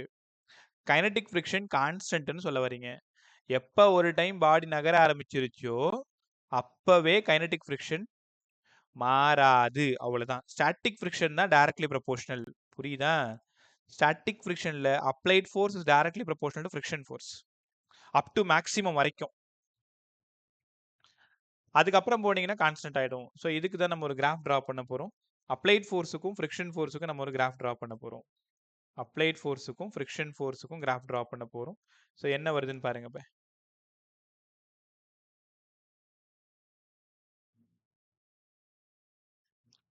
Applied force, friction force. Applied force அதிகமாக அதிகமாக ஃப்ரிக்ஷன் ஃபோர்ஸும் அதிகமாகுது. ஃப்ரிக்ஷன் ஃபோர்ஸ் அதிகமாகுது அப் டு மேக்ஸிமம் வரைக்கும். அப்போ இது வரைக்கும் 6 நியூட்டன் பேசணுமா? சடனா கைனடிக் வரும்போது டிராப் ஆகி 4.5 நியூட்டனுக்கு வந்துருச்சு பாருங்க. இப்போ இந்த இடம் அப்ளைட் ஃபோர்ஸ் வந்து 6 நியூட்டன், ஃப்ரிக்ஷன் ஃபோர்ஸ் 6 நியூட்டன். நான் 7, 8, 9ன்னு கொடுக்கும்பொழுது 4.5க்கு வந்துருச்சு. அப்போ இந்த இடம் தான் மேக்ஸிமம். இந்த இடம் தான் மேக்ஸிமம். FL limiting friction. இந்த இடம் applied force directly proportional to friction force. Limiting ஃப்ரிக்ஷனோட இன்னொரு பேரு மேக்ஸிமம் ஸ்டாட்டிக் ஃப்ரிக்ஷனு. அப்போ இந்த இடம் ஃபுல்லா கைனடிக் ஃப்ரிக்ஷனு. அப்போ kinetic friction is always constant, மாறாது. கைனடிக் ஃப்ரிக்ஷன் எப்பவுமே கான்ஸ்டன்டா தான் இருக்கும். கத்துக்கிட்டீங்களா? ஸோ கிராஃப் எல்லாம் சூப்பரா கத்துக்கிட்டீங்க. அடுத்தது இந்த 2 கொஸ்டின் முடிச்சிட்டா சம்குள்ளார போயிடலாம். ஆங்கிள் ஆஃப் ஃப்ரிக்ஷனும் ஆங்கிள் ஆஃப் ரீபோஸும். இப்போ எனக்கு பதில் சொல்லுங்க. இப்போ அஃப்ரின், இந்த சம் ஓகே தானேம்மா? கத்துக்கிட்டீங்களா? தர்ஷன், தரணி 3 பேருமே சார் இப்பதான் சார் ஜாயின் பண்ணேன். ஏன் அதுக்கு முன்னாடி என்ன பண்ண? ஆரம்பத்திலே வந்திருந்தியே. 1 hour யாரோ ரிமூவ் பண்ணிட்டே இருக்காங்க சார். ஜாயின் பண்ணவே முடியல. யாரு ஒன்ன ரிமூவ் பண்ண போறா? ஏன்டா எங்க அட்மினே நான் தான். இதான் சார் புரியவே மாட்டேங்குது. 1 hour நானும் ட்ரை பண்ணிட்டே இருக்கேன் சார். 1 hour ட்ரை பண்ற, ரிமூவ் பண்ணிட்டே இருக்காங்களா? உன் பேர் அப்படியே காமிச்சிட்டே தானே இருக்க. அப்படியே பிடிச்சி ஜாயின் பண்ணவே முடியல சார் எனக்கு. அப்புறம் எப்படி இப்படி எப்போ ஜாயின் பண்ண? அதுவும் தெரியல. இப்பதான் சார் ஒரு 5 minutes. தெரியடா, நீங்க சொல்ற காரணம்லாம் புதுசா இருக்குடா. உன்னை யாரா ரிமூவ் பண்ண போறேன்? இப்ப இந்த அது மாதிரி இந்த ஐடியில இருந்து யாருமே யாரையும் ரிமூவ் பண்ண முடியாது. 2 NG இருக்கும். ஒன்னு வந்து உள்ள வர்றதுக்கு, இன்னொன்னு வந்து ப்ரெசென்ட் பண்றதுக்கு.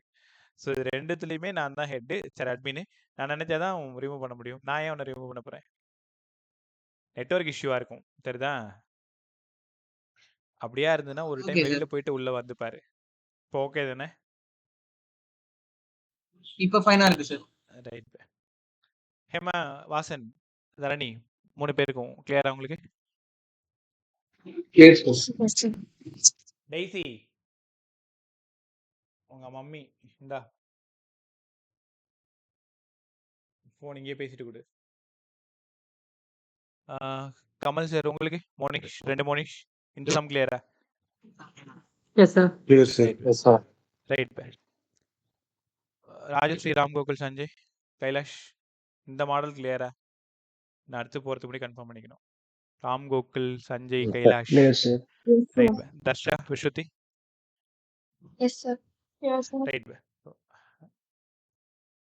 அடுத்தது angle of repose, angle of friction. இது ரெண்டும் கத்துக்கிட்ட பிறகு நம்ம ப்ராப்ளம் இல்லாத போறோம். நம்ம ஃபோன் கொடுத்துட்டு போ.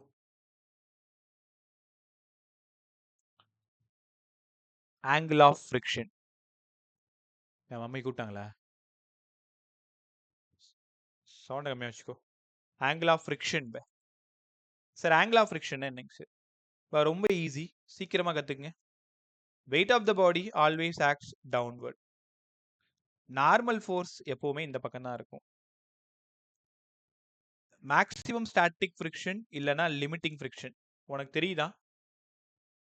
நான் 1 நியூட்டன் கொடுக்குறேன், பாடி நகரல. 6 நியூட்டன் வரைக்கும் கொடுக்குறேன், அப்பையும் பாடி நகரலன்னா அந்த 6 நியூட்டன் தான் மேக்ஸிமம் லிமிட்டிங். 7 கொடுத்தா பாடி நகர்ந்துரும். அப்ப ஆங்கிள் ஆஃப் ஃப்ரிக்ஷன் கண்டுபிடிக்கணும்னா ஸ்டாட்டிக்ல மட்டும் தான் கண்டுபிடிக்க முடியும். கைனடிக்ல கண்டுபிடிக்க முடியாது. காதுல விழுதா? லிமிட்டிங் வரைக்கும் போகணும். அதாவது 6 வரைக்கும் போகணும். போன சம் போட்டான்ல அதுல சொல்றேன்.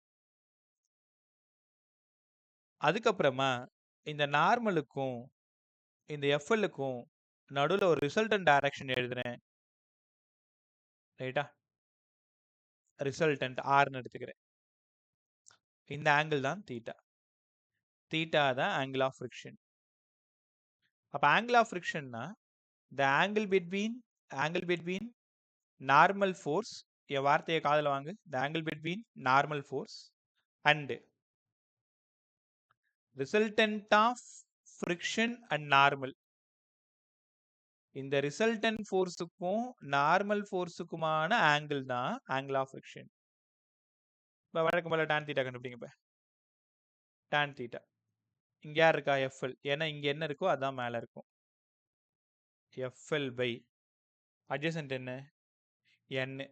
தெரியுதா? இது ஆப்போசிட், இது அட்ஜசன்ட். FL by n. கொஞ்ச நேரத்துக்கு முன்னாடி f equal to mu n ன்னு சொன்னோம். மியூக்கு பதிலா f by n ன்னு எழுதலாம். இங்கேயும் f by n தான் இருக்கு. அப்போ எனக்கு ஆங்கிள் ஆஃப் ஃப்ரிக்ஷன் வேணும்னா அந்த கோஎஃபிஷியன்ட் தான் அப்படியே மியூ ஆயிடும். உனக்கு புரிஞ்சுக்க முடியுதா? ரொம்ப ஈஸியா டிக் பண்ணிடலாம்.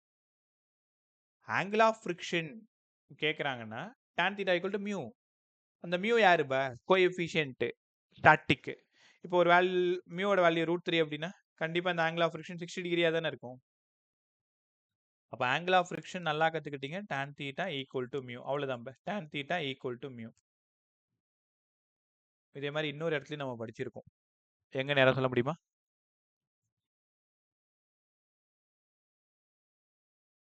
ஞாபகம் இல்லை. சரி, வரும்போது சொல்லித்தரேன். y equal to ax minus bx ஸ்கொயர்னு இப்போதான் ப்ரொஜெக்டைல் மோஷனில் பார்த்தோம். அந்த a இருக்க வேண்டிய இடம் tan தீட்டாவாக இருக்கும். அந்த tan தீட்டாவுக்கு எப்போவுமே √3x தான் சம் கொடுப்பாங்க. அப்போ tan theta equal to √3ன்னு போட்டால் தீட்டாவோட வேல்யூ 60 டிகிரின்ற மாதிரி இருக்கும். கற்றுக்கிட்டீங்களா? அடுத்தது ஆங்கிள் ஆஃப் ரீபூஸ். ஃப்ரிக்ஷன் கற்றுக்கிட்டீங்க. tan theta equal to mu. Angle of repose. Angle of ரீபூஸ்னா இது ஒரு இன்க்ளைன்டு பிளேன். Inclined plane. இங்கே ஒரு பாடி பிளேஸ் பண்ணியிருக்கேன். இந்த ஆங்கிள் வந்து தீட்டா. நல்லா கத்துக்க. இந்த பாடி ஸ்லைட் ஆகல. இந்த தீட்டா 30 டிகிரி வரைக்கும் ஒரு பேச்சுக்கு சொல்றேன். 30 டிகிரி வரைக்கும் இந்த பாடி ஸ்லைட் ஆகல. ஒருவேளை நான் 31 டிகிரி கொடுத்தா பாடி ஸ்லைட் ஆகும். சரி, அப்போ கத்துக்க போற டாபிக் என்னன்னா ஆங்கிள் ஆஃப் ரீபூஸ். எந்த ஆங்கிள் வரைக்கும் பாடி ஸ்லைட் ஆகாம இருக்கோ அந்த ஆங்கிள் தான் ஆங்கிள் ஆஃப் ரீபூஸ். இப்ப 10 ஆகாது, 15 ஆகாது, 20 ஸ்லைட் ஆகாது, 25 ஸ்லைட் ஆகாது, 30 ஆகாது. ஆனா 31 கொடுத்தா ஆயிடும். அப்ப அந்த 30 தான் யாரு? Angle of repose. The angle, என் வார்த்தையை கவனிக்கிறீங்களா? The angle at which the body doesn't tend to move. எந்த ஆங்கிள் வரைக்கும் பாடி நகராம இருக்கோ அதுக்கு பேரு ஆங்கிள் ஆஃப் ரீபோஸ். இந்த ஆங்கிள் ஆஃப் ரீபோஸ் வேணும்னாலும் டெரிவேஷன் தேவையில்ல யாருக்குமே. ஏன்னா எல்லாருமே இது மட்டும் தான் உனக்கு தேவை. இந்த இடம் நார்மல் ஃபோர்ஸ், பரவாயில்ல, எதுக்கும் போட்டுற. அப்புறம் இந்த தீட்டா, இந்த இடம் எம்ஜி காஸ் தீட்டா, இந்த இடம் எம்ஜின்னு உனக்கு தெரியும், இந்த இடம் எம்ஜி சைன் தீட்டா. பாடி மேல இருந்து ஸ்லைட் ஆகணும். ஆனது இது வரைக்கும் ஆகல. அப்ப இங்க இருக்கிற ஃப்ரிக்ஷன் என்ன ஃப்ரிக்ஷன்? லிமிட்டிங். உனக்கு தெரியுதா? லிமிட்டிங் வரைக்கும் பாடி நகராது. லிமிட்டிங்னா யாரு? Maximum static. லிமிட்டிங் வரைக்கும் நகராது. அந்த லிமிட்டிங் கைனடிக்கா மாறிடுச்சுன்னா பாடி ஸ்லைட் ஆயிடும். இப்ப நீயே யோசிச்சு பாரு. n இருக்க வேண்டிய இடத்துல mg cos தீட்டா இருக்கு. fl இருக்க வேண்டிய இடத்துல mg sin தீட்டா இருக்கு. வழக்கம் போல ரெண்டுத்தையும் டிவைட் பண்ணீங்கன்னா sin by cos போடு. tan வேணும்னா fl by n. இப்பதான் படிச்சீங்க. fl by n யாரு? மியூ. உனக்கு ஒரு விஷயம் தெரியுமா? ஆங்கிள் ஆஃப் ரீபோஸ்னாலும் ஆங்கிள் ஆஃப் ஃப்ரிக்ஷன்னாலும் ஒரே ஃபார்முலா. ஆனா ரெண்டும் வேற வேற. நல்லா கத்துக்க. ஆங்கிள் ஆஃப் ஃப்ரிக்ஷன் வேற topic. The angle between normal force and reactional resultant force of n and FL.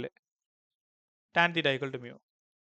Angle of ரீபோஸ்னா எந்த ஆங்கிள் வரைக்கும் பாடி நகராம இருக்கோ அந்த ஆங்கிள் தான் ஆங்கிள் ஆஃப் ரீபோஸ். அதுக்கான ஃபார்முலாவும் mu equal to tan theta தான். Mu equal to tan theta. மேலே சொன்னதும் mu equal to tan theta தான். இப்போ ரெண்டு கிளியர் தானே? ஓகே. இதில் வந்து மியூவோட வேல்யூ கொடுத்துட்டு தீட்டாவோட வேல்யூ கேட்பாங்க, தீட்டா கொடுத்துட்டு மியூ கேட்பாங்க. Angle of repose, angle of friction ரெண்டுத்துக்கும் ஒரே ஃபார்முலா, பட் ரெண்டு பேரும் வேற வேற கான்செப்ட். நல்லா கற்றுக்கிட்டீங்களா? அடுத்தது இன்னும் 2 கொஷின் பேசணும். அது முடிச்சதுக்கப்புறம் ஆல்மோஸ்ட் எல்லாத்தையும் பேசிடும். பிளாக் வித் பிளாக் சம்மு, ஹரிசாண்டல் புள்ளி, இன்க்ளைன்டு புள்ளி, ரைட்டா? ஸோ இன்னும் இந்த மாதிரி சம்லாம் நிறைய வரப்போகுது. அதுக்கு முன்னாடி அந்த எண் கண்டுபிடிக்கிற விஷயத்த ஸ்ட்ராங்காக இருக்கணும். அதே மாதிரி ஃப்ரிக்ஷன் ஃபோர்ஸ் ஸ்டாட்டிக்கா கைனட்டிக்கா இது கண்டுபிடிக்கிறதுல ரொம்ப தெளிவாக இருக்கணும். அப்ளைட் ஃபோர்ஸ் அதிகமாக இருந்தால் ஃபார்முலாவில் என்ன ஆன்சர் கிடைச்சதோ அதான். அப்ளைட் ஃபோர்ஸ் கம்மியாக இருந்தால் ஃப்ரிக்ஷன் ஃபோர்ஸை விட அப்ளைட் ஃபோர்ஸ் என்னவா இருக்கும் அதான் ஆன்சர். பாடி நகர்ந்துச்சுன்னா ரெண்டு பதில் சொல்லணும். எஃப்எஸ் எஃப்கே ரெண்டும் கண்டுபிடிக்கணும். பாடி நகரலைன்னா எஃப்எஸ் மட்டும் சொன்னா போதும், எஃப்கே 0 போட்டுடலாம். நல்லா இருந்துச்சா? ரைட். அடுத்தது இன்னும் 2 கொஷின் சொல்லுங்க. சொல்ல சார் பாடி அப்பான் அதான் பிளாக் அப்பான் பிளாக் வந்து டெலீட்டட்னு நினைக்கிறேன். டெலீட்டடா? யாரா சொல்லுங்க. ஸ்ருதி, பிளாக் வித் பிளாக் டெலீட்டடா? எனக்கு தெரிஞ்ச வரைக்கும் டெலீட்டட் இல்ல சார். இருக்கு. டேய் இப்போ கூட சமீபத்தில் நடத்தினேன். பிளாக் வித் பிளாக் டெலீட்டடா? ஒரே நிமிஷம் ஒரு நிமிஷம் நம்ம அதை கன்ஃபார்ம் பண்ணிப்போம். பிளாக் வித் பிளாக் டெலீட்டட்னா இன்றைக்கே லெசனை முடிச்சிடறேன். பிளாக் வித் பிளாக் இருந்தால் தான் நம்ம நாளைக்கு வரைக்கும் போக முடியும். எல்லாரும் குரூப் பாருங்க. மோனிஷ் உனக்குமே ஷேர் பண்ணியிருக்கேன் குரூப்பில். இது போட்டிருக்கேன் பாருங்க, சிலபஸ் போட்டிருக்கேன் பாரு. லாஸ் ஆஃப் மோஷன், அதில் லாஸ்டா 3வது எல்லாரும் எடுத்து பாரு. 3rd டாபிக் ஸ்டாட்டிக் படிக்கணும், கைனடிக் படிக்கணும், லாஸ் ஆஃப் ஃப்ரிக்ஷன் படிக்கணும். ரோலிங் ஃப்ரிக்ஷன் பேருக்கு தான் இருக்கும், அதில் கான்செப்ட் ஒன்றுமே இல்லை. ரோல் ஆகும்பொழுது ரோலிங் ஃப்ரிக்ஷன் சப்போர்ட் பண்ணும், அவ்வளோதான். டைனமிக்ஸ் ஆஃப் இல்ல சார். ஆமாம், அப்போ அது படிக்க தேவையில்லையோ? ஆலன் நடத்தினாங்களாடா? சார் நடத்துனாங்க, பட் டெலீட்டட்னு அப்புறம் சொல்லிட்டாங்க சார். தர்ஷா, ஓ அப்படியா? கைலாஷ் உங்களுக்கு? ஹேமா? ஷியோரா இல்ல சார், பார்க்கணும். ஷியோரா இல்லை, பார்க்கணும். ஹேமா உனக்கு தெரியுமாம்மா? ராம் கோகுலே எனக்கு தெரியல. தெரியல. இங்கே இதில் நடத்துனாங்களாடா உங்கள் ஸ்கூலில்? சரிப்பா. விஸ்ருதி உனக்கு தெரியல, சரியா தெரியலையா? ஸ்பெக்ட்ரல் நடத்துனாங்களா ஸ்காலரில்? நடத்தலன்னு நினைக்கிறேன். லைக் சும்மா ஓவர்வியூ மாதிரி கொடுத்தாங்க, பட் டெப்தா எதுவும் நடத்தல. சம்மும் கேட்கல டெஸ்ட்ல நிறையா. சரிப்பா, நம்ம ஒன்று பண்ணலாம், இதில் இல்லை. அதனால வீடியோ வேணா ஏற்கனவே எடுத்த வீடியோ இருக்குது, சென்ட் பண்ணி விடுறேன், பார்த்துக்கோ. அப்படின்னா மீதி இருக்கிறதெல்லாம் நம்ம இப்பயே உனக்கு முடிச்சு கொடுத்துறேன். 4 மணி நேரம் இருக்குது, 20-25 நிமிஷம் ஆனாலும் நம்ம லெசனை முடிச்சிடுவோம் இன்னைக்கு. பிளாக் வித் பிளாக் சம் இருக்குன்னு நீங்கள் கன்ஃபார்ம் பண்ணீங்கன்னா நான் அதை உங்களுக்கு கற்றுக் கொடுக்குறேன். ஆனால் எனக்கு தெரிஞ்ச சிலபஸில் அந்த லைன் இல்லை. பார்க்கலாம் என்ன பண்ணலான்ட்டு. மோனிஷ் தரத், உனக்கு கன்ஃபார்மாக தெரியலையா? எனக்கும் இது எடுத்தாங்க, நான் அப்புறமா இல்லைன்னு சொன்ன மாதிரி தான் சொன்னேன். மோனிஷ் உன் ஃப்ரெண்டாடா மேலே? ஆமாம் சார், என் ஃப்ரெண்டு தான். இம்மானால் எங்கடா போனீங்க 2 பேரும்? சேனாடே முன்னாடியே சொல்லியிருக்கலாம்ல. ஏன் சார் அவனுக்கா? மோனிஷ்க்கு. மோனிஷ் நீ கேட்கலையா? அவன் இப்போதான் சார் கேக்குது கேட்டான். சார். அதான் சொன்னாங்க, அவங்க மம்மி சொன்னாங்க இப்போ தான் ரெக்குவயர்மெண்ட் தேவைப்படுது அப்படின்ட்டு. இல்லை இப்போ எல்லாமே லாஸ்ட் டைமில் இருக்குமா, அடிச்சு பிடிச்சி ஓட வேண்டியதாக இருக்குது. கொஞ்சம் முன்னாடியே இருந்தீங்கன்னா இது செகண்ட் டைம் தேர்ட் டைம் போயிட்டுருக்கும். அதனால சொல்லிட்டு இருந்தேன். ரைட் பே. ஸோ இப்போலேருந்து கற்றுக்கோங்க, எல்லாருமே கொஞ்சம் நல்லா கற்றுக்க முயற்சி பண்ணுங்கள். இப்போதைக்கு அந்த டாபிக் இல்லைன்ற மாதிரி இருக்கிறதுனால நான் அடுத்த சம் போகிறேன்.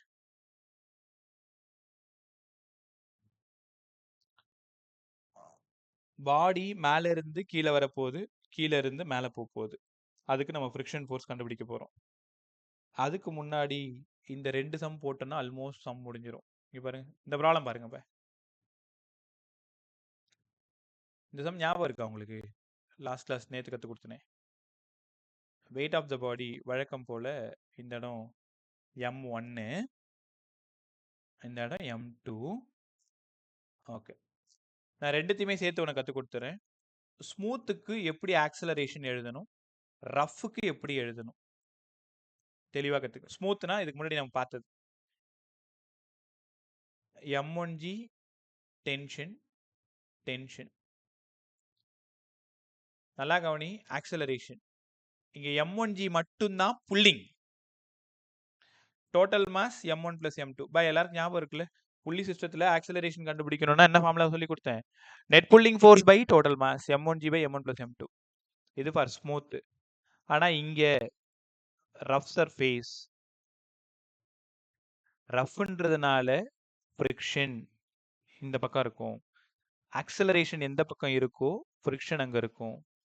நார்மல் ஃபோர்ஸ் மேலே இருக்கு, M2G கீழே இருக்கு. பை யாராவது இந்த டயக்ராமோட எண் சொல்லுங்க. பை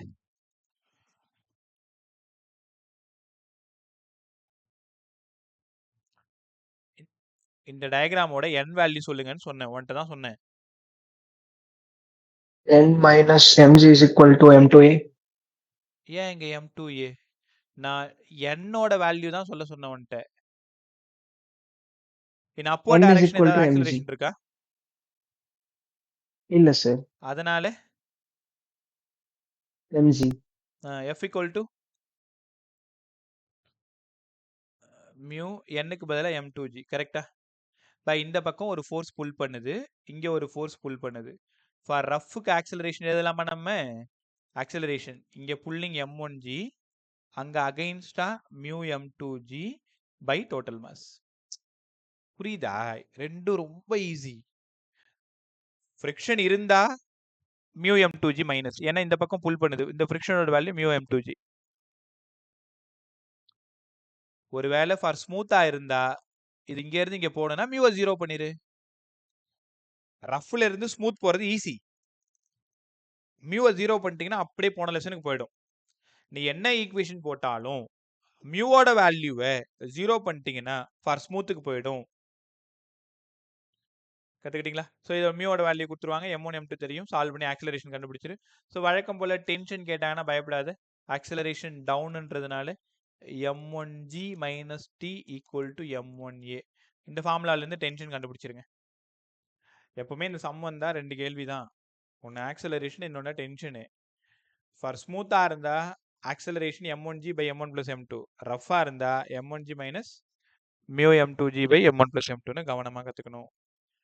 எல்லாருக்குமே இந்த கான்செப்ட் கிளியர் தானே? ஏதாவது திரும்ப சொல்லணும்னா அப்படியே என்ன சார்னு கூப்பிட்டு திரும்ப சொல்லி கொடுக்குறேன். இந்த F கண்டுபிடிக்கிறது கற்றுக்கணும். N மேலே இருக்கு, M2G கீழே இருக்கு. ஒரே ஒரு தடவை சொல்லுங்க சார். எந்த இடம் பை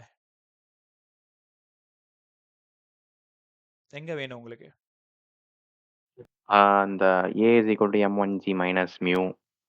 இந்த ஃபார்முலா மட்டும் வேணும் இல்லையா? ஓகே சரி, ஒரு நிமிஷம் பாருங்க. பை இந்த இடம் புள்ளி, wait of the body M1 இங்க இருக்கு, இங்க இருக்கிற பாடி வந்து M2. ஓகே, முதல்ல இந்த கொஷின் வந்துருச்சுன்னா இது ரஃபா ஸ்மூத்தான்னு முதல்ல பார்க்கணும். ரஃபா, அப்போ ரஃப் சர்ஃபேஸ், இந்த பிளாக் லைன் ட்ரா பண்றேன், இதான் ரஃப் சர்ஃபேஸ்னு வச்சுக்கோங்களேன். வழக்கம் போல weight of the body M2G, normal force upward.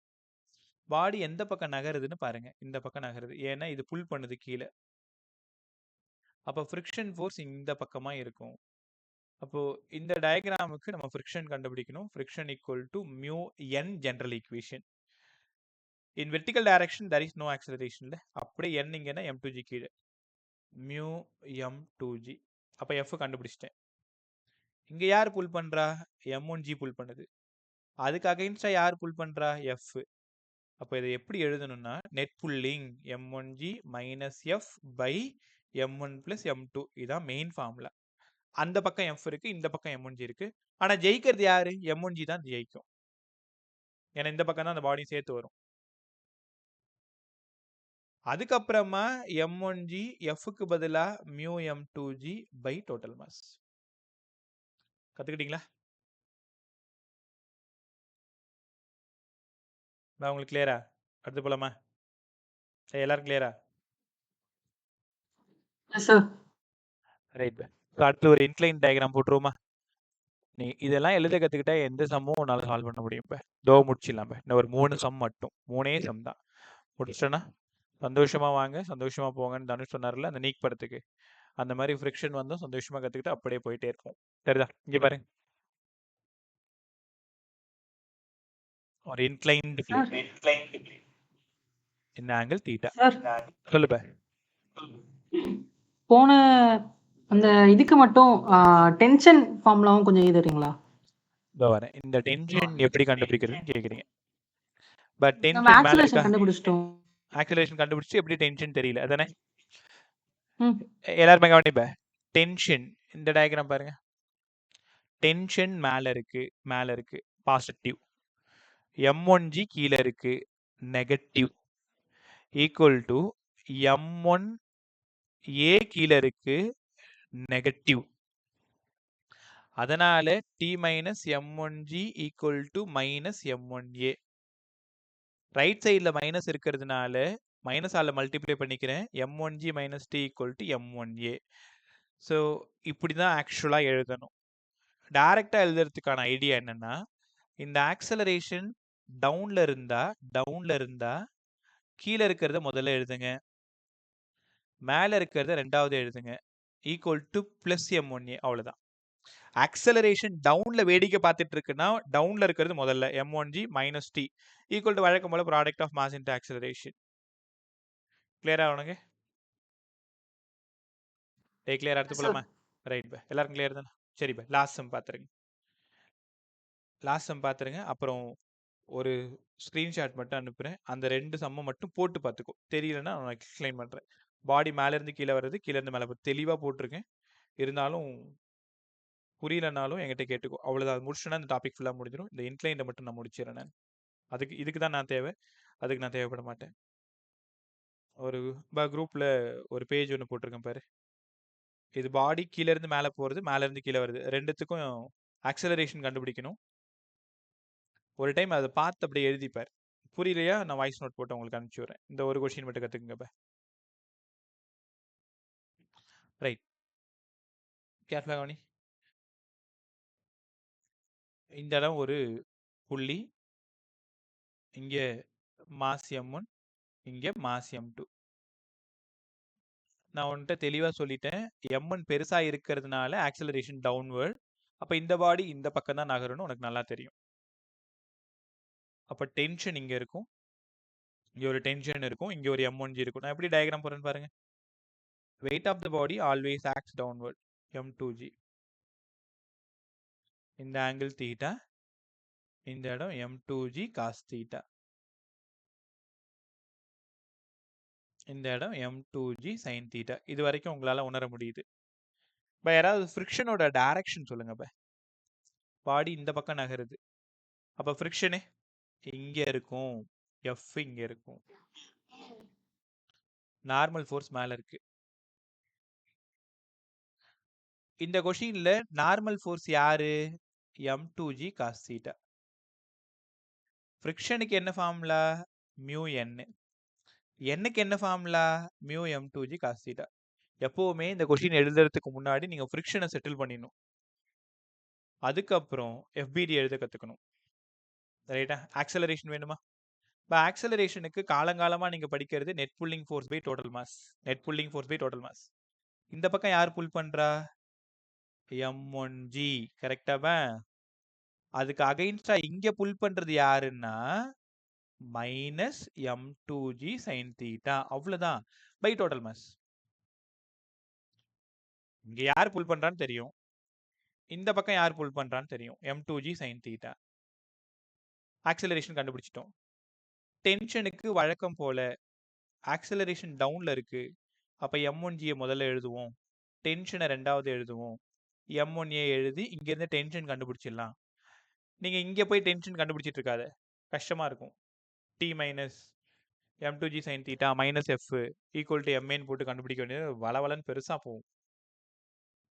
எப்பயுமே புத்திசாலி நீ என்ன பண்ணணும்னா, எங்கெல்லாம் தீட்டா இல்லாத இடமா இருக்கோ அங்கதான் போய் டென்ஷனை தேடணும். பெரும்பாலும் இந்த M1ல போய் டென்ஷனை தேடுங்க, ஈஸியா கிடைச்சிரும். T minus M1G equal to minus M1A இல்லைன்னா அப்படியே மாற்றி எழுதிக்கோ. M1G minus T equal to M1Aன்னு எழுதிக்கோங்க. ஆக்சலரேஷன் உங்களால புரிஞ்சுக்க முடியுதுல்ல? Net pulling force by total mass. இந்த பிளாக்கை யார் புல் பண்றா, அந்த பிளாக்கை யார் புல் பண்றா? உனக்கு ஒரு கேள்வி தோணும், ஏன் சார் இந்த M2G காஸ் தீட்டா புல் பண்ணலையா? மோஷனுக்கு யார் புல் பண்றான்னு பாரு. M2G சைன் தீட்டா தான் அந்த பக்கம் இழுக்குது பாரு, இந்த பக்கம் இழுக்குது. இந்த காஸ் தீட்டா எதுவுமே இந்த பக்கம் புல் பண்ணி நமக்கு ஒன்றும் ஆக போறது கிடையாது. மோஷனுக்கு யார் சப்போர்ட் பண்றா, யார் அப்போஸ் பண்றா? M1G minus M2G sine theta by total mass. கத்துக்கிட்டீங்களா? ஸோ போன சம்ல M1G minus F by M1 plus M2, right? So அவ்வளோதான். இதோட ஃப்ரிக்ஷன் ஃபுல்லாக கம்ப்ளீட் ஆகுது. எனக்கு கன்ஃபார்ம் பண்ணி சொன்னீங்கன்னா பிளாக் வித் பிளாக் சம் இருந்ததுன்னா நான் உங்களுக்கு அது நாளைக்கே கூட கற்றுக் கொடுத்துறேன். பட் எனக்கு தெரிஞ்சு